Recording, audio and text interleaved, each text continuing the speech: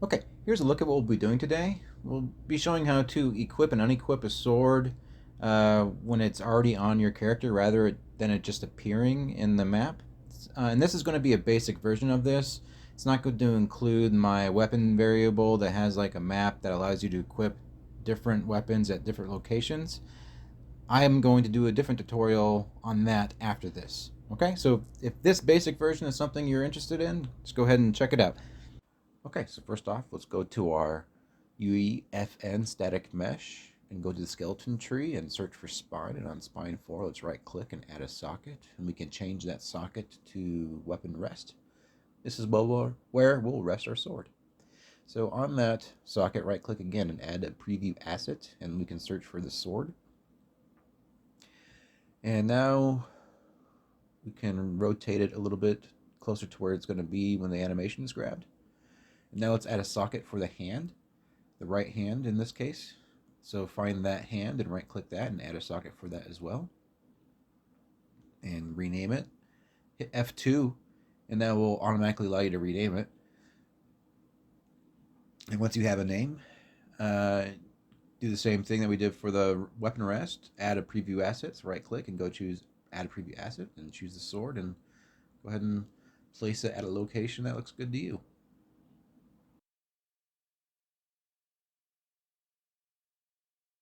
Okay, so let's go ahead and find our animations we're using for this.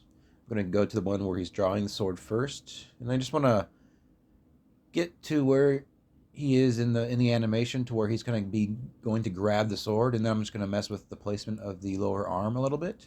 And once I have the lower arm adjust to where I like it, I'm going to hit S to add a keyframe, and that will change the position for the lower arm for the whole timeline. So if that's not something you want, you can mess with adding keys before and after. But once you have that, find the location in the timeline where he is going to draw the weapon and right click and add notify and choose new notify, and we can name it something like draw weapon.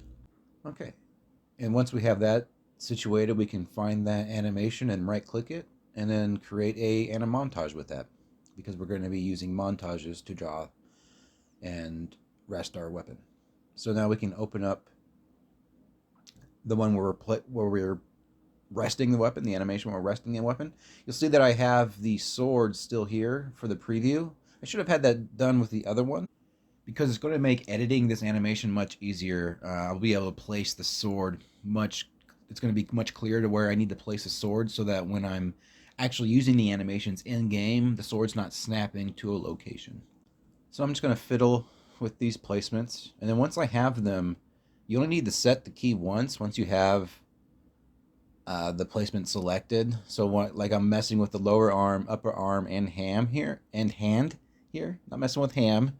Not a fan of ham, honestly. Anyways, but once you have all the placements selected, you only need to have like one bone selected when you set the key, and then it will set the key for all three of them. Just as something to keep in mind, you don't have to key for every bone. So I'm just messing around here, trying to get closer, just to kind of show you the difference, because I'm not going to do the same thing with the other animation as you already saw. So you'll see at the end when I show you the drawing and resting how much better this one looks. All right, so once we got that placement, right click on the notify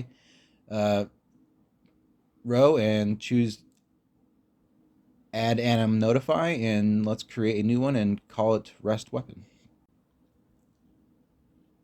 And we want to create an anim montage with this one too, so let's right click it and create anim montage. And then save all. So let's go into our sandbox character and let's add the sword. So find the mesh and choose add child actor, and this will be our weapon. So we can name it sword. And for the parent socket, let's go ahead and choose the weapon rest that we selected. And this is why this is a basic one. You'll notice this is not, if you've been following along my other tutorials, I'm not doing it this way. So for the child actor class, let's select sword BP. And if you don't have one, this is all it is. It's just a blueprint with an actor sword. So let's go ahead and right click, blueprint class, choose actor. Name it sword, open it up, go to default slot, add a static mesh, name it sword, and then for the static mesh, go choose a sword. And now you have the same blueprint that I'm working with. Okay. But Treehouse, where did you get the sword? Oh, well, you have to go to the Quixel Bridge and search for sword.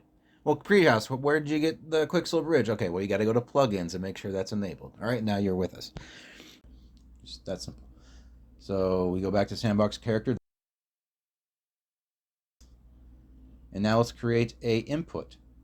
Okay, select jump and then right click and duplicate that. And we can name that something like IA draw weapon. And then on the IMC GDC motion, open that up and then add another mapping. And we'll choose the draw weapon mapping. We click on the keyboard and choose a input. I'm going to use the E button. All right, so the back into our Sandbox Character event graph. Let's call this input we just created. So right click and type in draw weapon, IA draw weapon. And let's create a new variable. I'm going to make it a Boolean, and then when our weapon is drawn, we'll make it true. From here, let's drag from the weapon drawn and make it a not. That way, if it's not true, then we will make it true. Connect that to started. So when our weapon is not drawn, we will set it to be drawn, and then we will draw our weapon.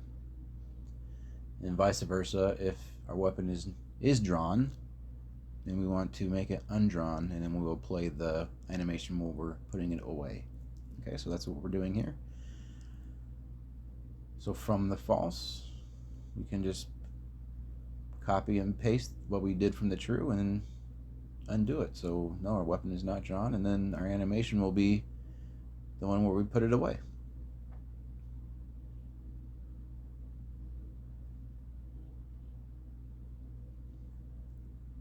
Okay. So now we need to create custom events that will change the placement of our weapon. It will change the socket from our weapon rest to our hand socket that we created. So let's right click and create a custom event and call it draw weapon custom event, and then we can create another one and call it rest weapon custom event. And these are custom events that we will call inside of our animation blueprint with the anim notify that we created. So let's drag sword into the event graph, and from that let's attach component to component, because the sword is a component and we're attaching it to the mesh, which is also a component. So let's drag, well, let's go copy the sockets that we're dealing with. So when we're drawing the weapon, we're starting from the weapon rest, and we're moving to the hand. So the socket that we're going to attach to will be the right hand, and then we need to drag the mesh into the event graph and attach that to the parent, or drag that to the parent pin, and then we'll just copy and paste that for the weapon rest custom event, and then we'll go ahead and copy the weapon rest socket name, because when we're resting the weapon, we're putting it back to the weapon rest, and we're keeping all the locations relative, right? Because even though the sockets were changed and we edited those in the skeletal mesh, the sword is attached to them, and the sword's location is 0, 0, 0. So when it's keeping the relative location, it's keeping that 0, 0, 0, and then it's going to move on to the hand. And that sword's location is still 0, 0, 0, so it's going to eliminate that snapping.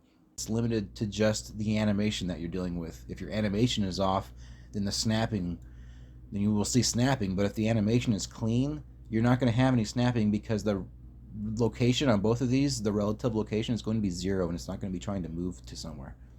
Okay, so now we want to go into the animation blueprint that we're using for a sandbox character, and we want to get inside of the event graph in our animation blueprint. We want to get our sandbox character reference. We want to draw our weapon custom event that we just created, and we also want to do our rest weapon that we just created. And you see I had 2 on here because I double checked that it worked before I made this tutorial. And so we want to call our anim notifies that we created. Our rest anim notify will go to our rest custom event, and our draw weapon notify will go to our draw weapon custom event. Easy peasy. Now let's play it and see if it works. And it does. So you see how there's a little bit of snapping when he's grabbing it, but when I put it back, there's no snapping. All right, that's because I messed with the... That was because I had the sword reference on my hand still. So you see how helpful that was. All right. Okay, and here's a look at what I'll be doing in the next video.